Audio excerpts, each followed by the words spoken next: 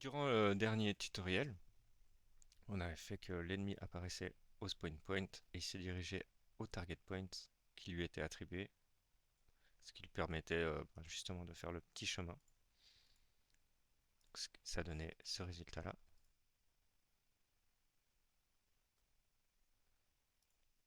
Donc pour cette étape, ce qu'on va faire, c'est qu'on va enfin faire nos fameuses tours. Donc on aura un objet qui sera sur le monde, dans le monde. Ce sera une tour comme ça. Il aura un rayon d'action. Et quand un ennemi passera dedans, celui-ci détectera l'ennemi. Donc il pourra en avoir plusieurs. Il choisira l'ennemi le plus proche de lui et il tirera un projectile dessus. Donc c'est parti. Pour ce faire, il nous faut un blueprint class, un actor, BP tower. Il nous faut une deuxième classe qui sera le projectile, donc un acteur, BP projectile. Donc on va déjà s'occuper du projectile. Il nous faut un objet qui représente le projectile, donc un mesh. Si je tape mesh, je veux une sphère. On va l'appeler ball. Et une zone de détection, donc sphère, collision. On va l'appeler collision. Pour le default scene route, on va dire que c'est la sphère de collision. Donc on le glisse, glisser déposer sur default scene route. Make new route. Tac. Et le ball, c'est le mesh. On va aussi augmenter la taille du sphère radius jusqu'à qu'on le voie apparaître. Donc on voit qu'à partir de 50, 52, on le voit. On va mettre 52. Ball, on va laisser comme ça. Mais on va s'assurer qu'il n'y a que des collisions détectées avec le sphere collision. Donc on va sélectionner Ball. Dans le panneau détail, on va chercher collision. On va faire collision preset. On va faire no collision. Quel caractère step up on? C'est est-ce que les caractères peuvent grimper dessus? On va faire no. Et générer un overlap event, on va désactiver. On compile, on sauvegarde. Notre event graph, on veut que notre projectile, dès qu'il apparaît sur la scène, il se dirige directement vers l'ennemi, donc il avance vers l'avant. Et pour ce faire, il existe un component qu'on peut ajouter à notre objet qui s'appelle projectile. Donc c'est génial parce qu'ils ont vraiment pensé à tout. Donc ça va nous servir de pouvoir calculer justement le déplacement de ce projectile. Donc normalement, je suis pas très sûr, mais voilà, initial speed, il est à 0. Et ça, on va pouvoir le définir nous-mêmes à la volée. Donc on va créer une nouvelle variable, cette fameuse vitesse. Donc on va l'appeler speed. On va changer en booléen, on veut un float, donc un nombre à virgule. On compile, on sauvegarde. On va mettre 1000, qui est environ... euh, je ne sais plus exactement, est-ce que c'est 10 mètres par seconde? Ça va pouvoir nous faire un projectile à 10 mètres par seconde. Donc on va récupérer projectile mouvement. On va faire, voilà, laisser déposer. On va faire un set velocity. Voilà, tac. Ce qu'on pourrait faire, c'est dire, ok, sur l'axe X, tu vas à telle vitesse. Mais ce qu'on veut, c'est vraiment sélectionner qu'il aille vers l'avant. Donc, la flèche rouge, qui est l'axe X, qui est l'avant dans Unreal Engine. Mais le truc, c'est qu'on aimerait aussi qu'il aille dans la direction où pointe cette flèche. Donc, pour ce faire, on peut récupérer déjà le forward vector, get forward vector, et lui il demande justement une rotation. On va lui fournir cette rotation. Donc on va récupérer le collision, qui est le route de cet objet. On va faire un get world rotation. Ok, tac, on le branche là, on le rebranche ici, on le branche là. Et normalement, quand il apparaît, le projectile va directement aller dans la direction où pointe cette flèche rouge. Donc le forward vector, juste pour vous expliquer ce que c'est. Donc dans le moteur, on a une position. En fait, c'est une variable qui contient trois informations, le x, y et z. Donc ici on a le x, on a le z pour le haut et y là. Et getForwardVector, c'est que si on a un objet, il va nous retourner un vecteur sur l'axe x de longueur de 1, donc d'une unité. Mais ce qu'on veut, c'est justement que notre objet aille pas à la vitesse de 1 vers l'avant. Donc on va le multiplier par une vitesse.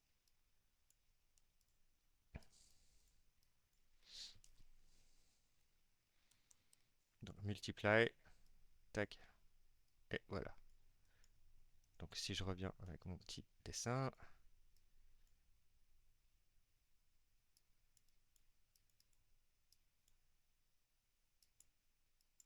Z,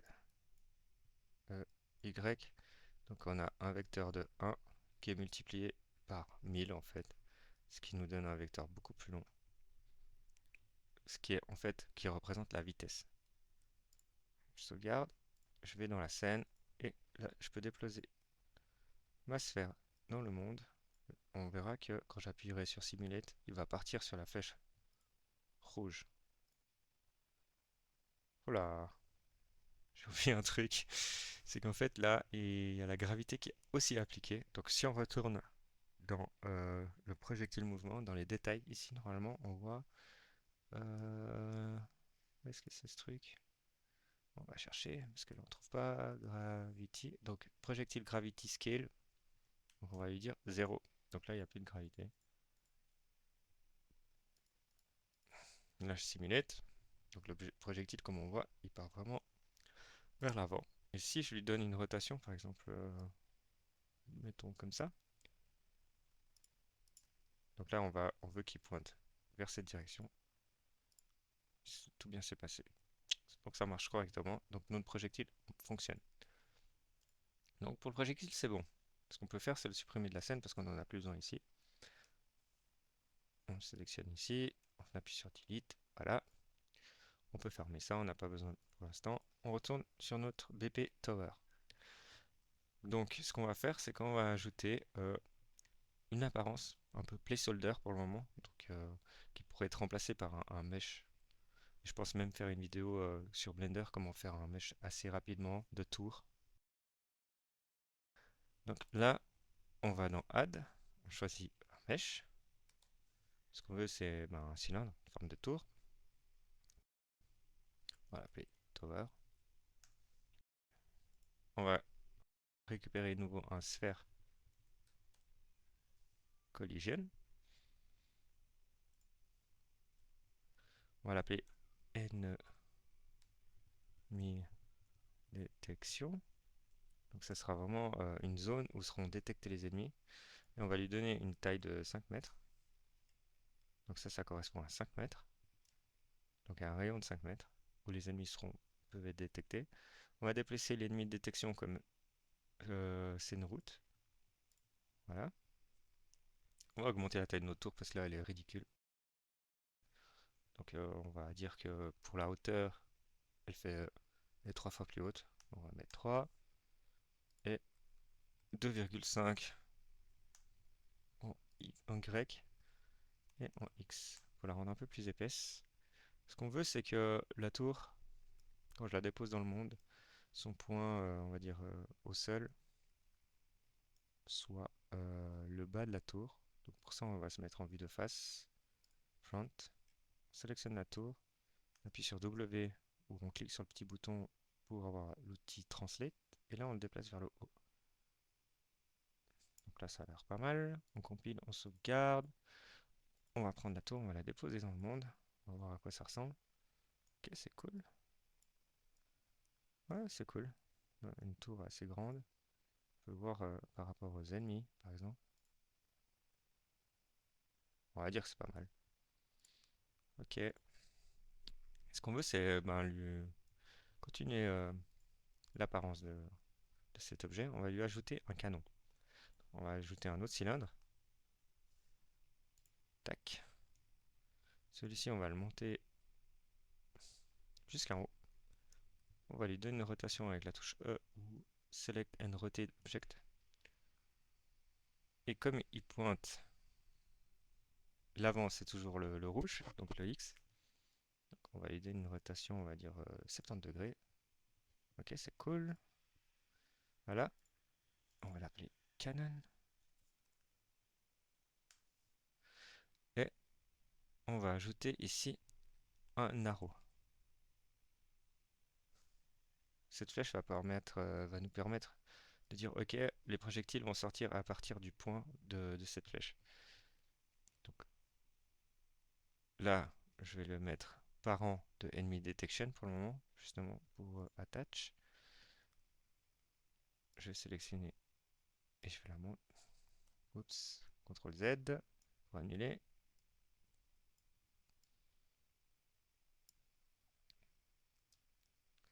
Alors là, c'est vraiment étrange. Ah non, non, je me suis trompé. Donc le canon, il est séparé la tour aussi. Tac, attached. On va reset les rotations. On va dire 60 degrés sur X et 90. Ouais, moins 90 en Z. Comme ça, il pointe dans la bonne direction. Du coup, l'arrow, on va la mettre à bonne hauteur et on va l'avancer. Tac. Donc du coup, nos projectiles vont sortir depuis ce point-là. Et on va faire aussi une rotation sur la tour.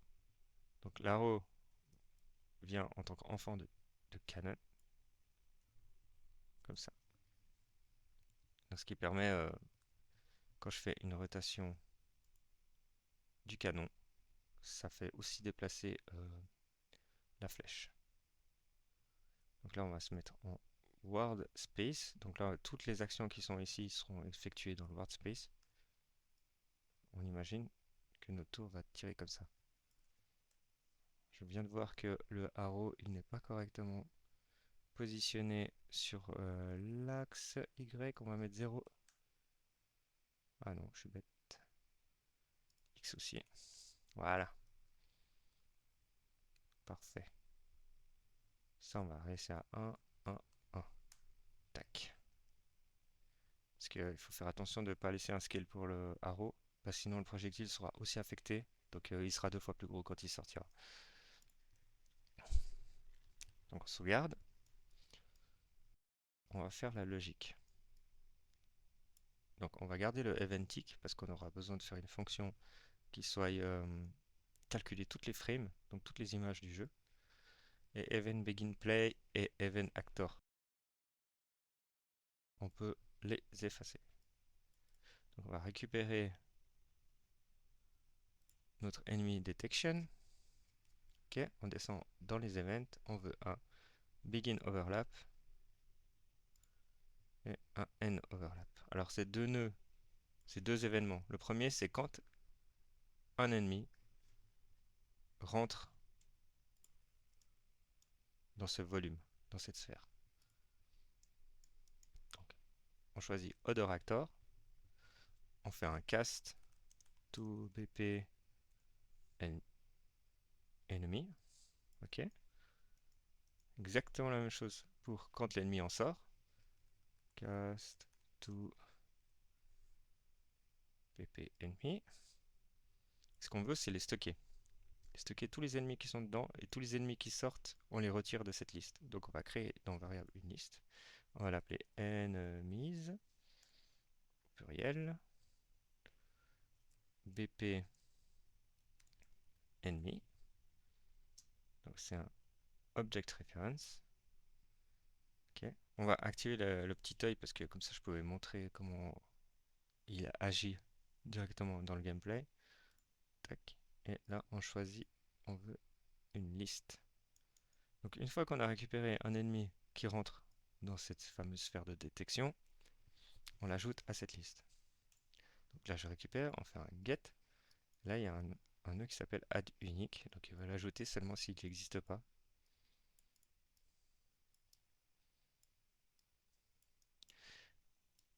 Et à l'inverse, on va le retirer si il est bien présent. Remove item.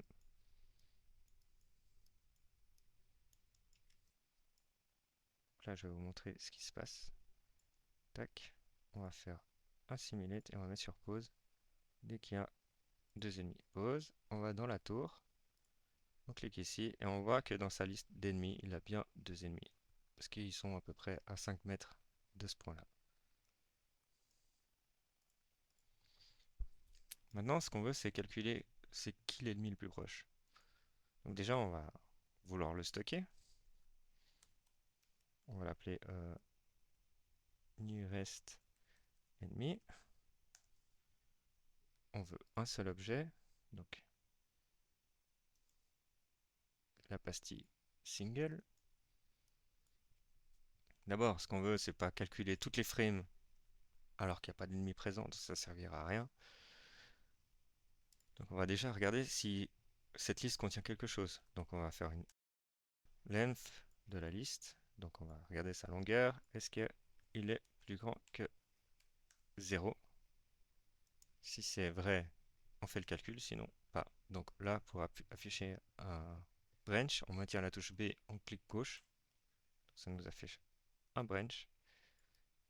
Du coup, la condition sera vérifiée.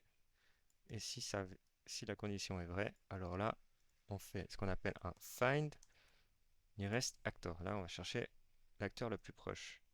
Donc, notre liste d'acteurs, parce que ennemi, n'oublions pas, c'est aussi un BP ennemi, mais c'est surtout un acteur. On fait un get. Ici, on vient brancher cette fameuse liste pour savoir c'est qui le plus proche par rapport à un point. Et le point, ben, ce sera notre tour. Et le default scene route, c'est le enemy detection. Voilà. Ce qu'on fait, c'est qu'on va récupérer le world location de cet objet. Get world rotation. On va lui donner ce point à cette fonction. Voilà. Donc si c'est vrai, ensuite on va aussi stocker cet ennemi. Tac. Donc si c'est vrai, tu regardes dans cette liste le plus proche et tu le stockes. Ok. Ah, là il veut pas parce que là il nous retourne bien acteur et là il stocke seulement des BP ennemis. Donc on va faire un cast. Sto BP ennemi. Tac. Donc si le cast est valide, alors tu peux stocker ce nearest ennemi. Maintenant qu'on a ça, ça va récupérer l'ennemi le plus proche. Et ce qu'on veut, c'est faire apparaître un projectile et que ce projectile se dirige directement sur l'ennemi. Donc on va créer un nouveau événement, custom event, qui s'appellera shoot. Là, une fois qu'on a détecté l'ennemi le plus proche, on veut appeler cet événement shoot. Voilà. Alors pour ce faire, on veut faire une rotation de la tour, comme ça, qui pointe dans la bonne direction de l'ennemi. On va dire qu'il y aura un ennemi là. Et on veut aussi que cette flèche pointe sur cette direction de l'ennemi. Et on va utiliser ce point-là, ainsi que sa rotation de la flèche, pour que l'ennemi se dirige directement, enfin, pour que le projectile, excusez-moi, se dirige directement sur l'ennemi. Pour pouvoir tirer un projectile sur l'ennemi, ce qu'on veut, c'est diriger la tour et l'arrow de la bonne façon. Pour ce faire, on va utiliser une fonction qui s'appelle find look at rotation. Donc il doit être composé d'un start et d'un target. Pour le start, ce qu'on veut, c'est récupérer la flèche. On va faire un get world location. Donc on a la flèche. Ensuite, pour l'ennemi, ben, le nearest. Get actor location. Tac. Là, il va calculer avec ça la rotation qu'il doit effectuer pour bien que la flèche pointe vers l'ennemi. Ensuite, on va récupérer cette rotation et ce qu'on va faire, c'est qu'on va faire une promote to variable. On va la sauvegarder parce qu'on va la réutiliser à plusieurs endroits. Rotation, on va l'appeler rotation. Ok. Donc au moment du shoot, il va faire ce calcul. Ensuite, une fois qu'il a fait ce calcul, on veut effectuer une petite rotation de la tour. Je vais vous mettre en perspective. De mon côté, j'ai effectué un test et il y a une petite erreur. Donc je vais vous montrer. Normalement, c'était 60 degrés en X et 0 ici. Donc là, il est complètement... et puis, moins 90 en Z.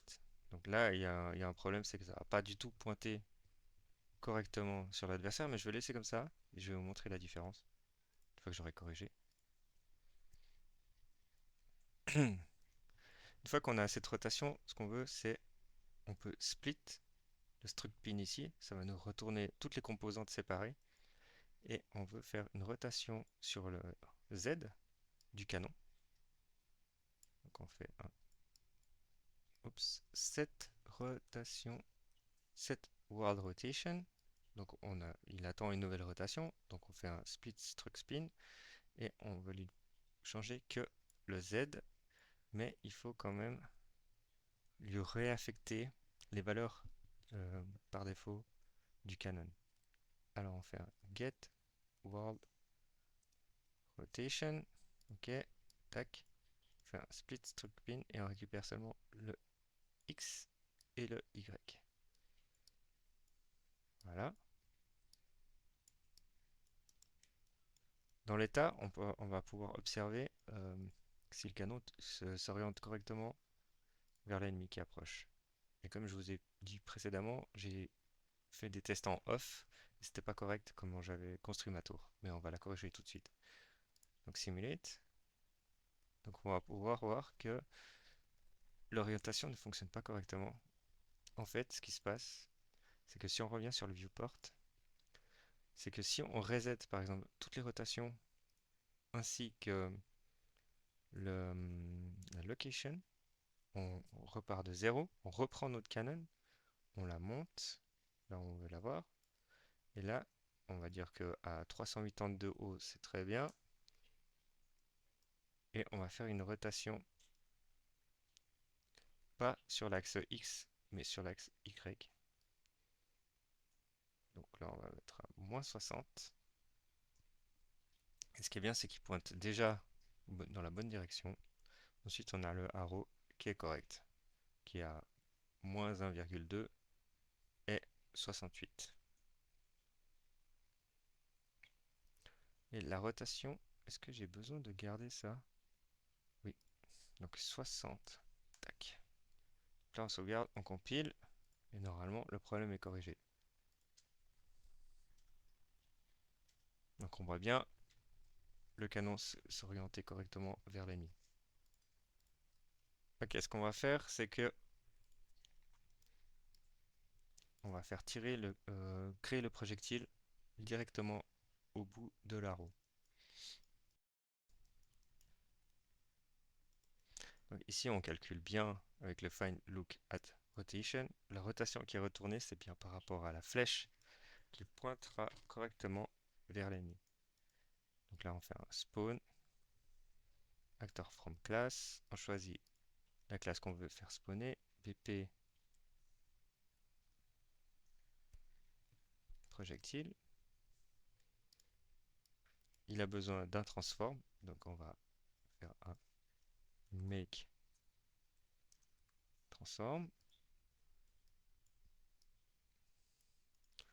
Il a besoin de savoir comment les collisions sont gérées au moment du spawn. Donc on va lui dire toujours spawn, on s'en fout des collisions.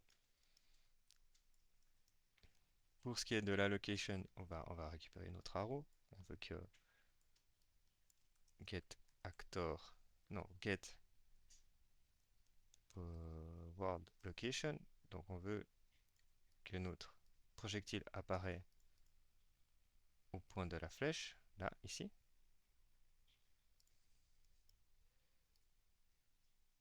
Et donc, pour orienter correctement notre projectile, il suffit de récupérer la rotation qui a été calculée préalablement et on le branche juste à rotation. Voilà, on compile, on sauvegarde et on teste. Donc, simulate. Là, on va pouvoir voir que les projectiles se dirigent bien vers les ennemis. Bon, ils sont un peu lents. On va augmenter leur vitesse. Donc speed, on va mettre 2000. Je pense que ce sera mieux déjà. On compile.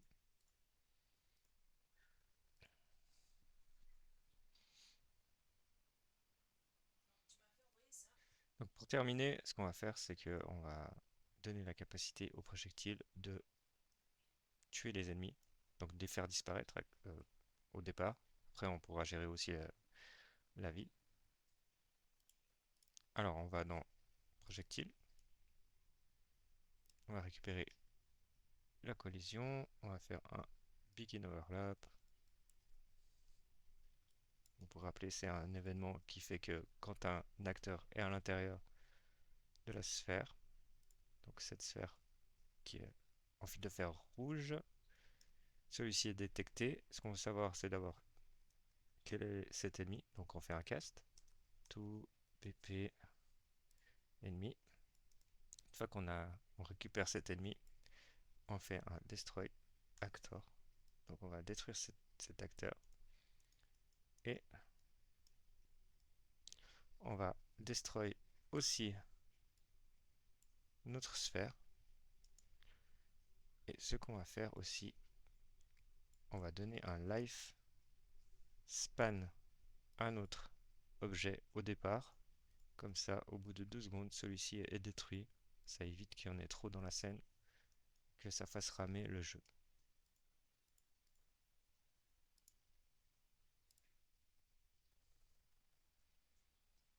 Ah, oui. Elles sont encore trop lentes, les ennemis sont bien assez rapides. Et du coup, bah, on n'arrive pas à choper un ennemi. Donc, il y a deux solutions. Soit on ralentit la vitesse des ennemis. D'ailleurs, c'est ce qu'on va faire, je pense que ça sera mieux. On va dans BP ennemi, on va dans Character Movement, et on va aller chercher dans Max Walk Speed. On va mettre 450, je pense que ça sera bien. Voilà, on compile, on sauvegarde.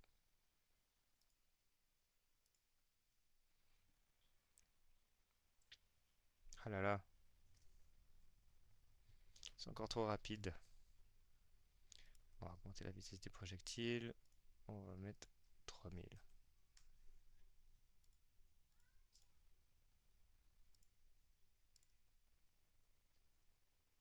Voilà.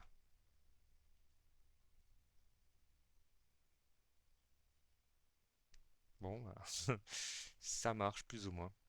Donc, les ennemis, quand ils sont touchés par les projectiles, ils disparaissent bien. Et on a bien, si on regarde dessous le niveau, nos sphères, au bout de 2 secondes, elles disparaissent. Donc, pour cette partie, c'est terminé. Donc, je vous remercie d'avoir suivi cette partie et rendez-vous au prochain épisode.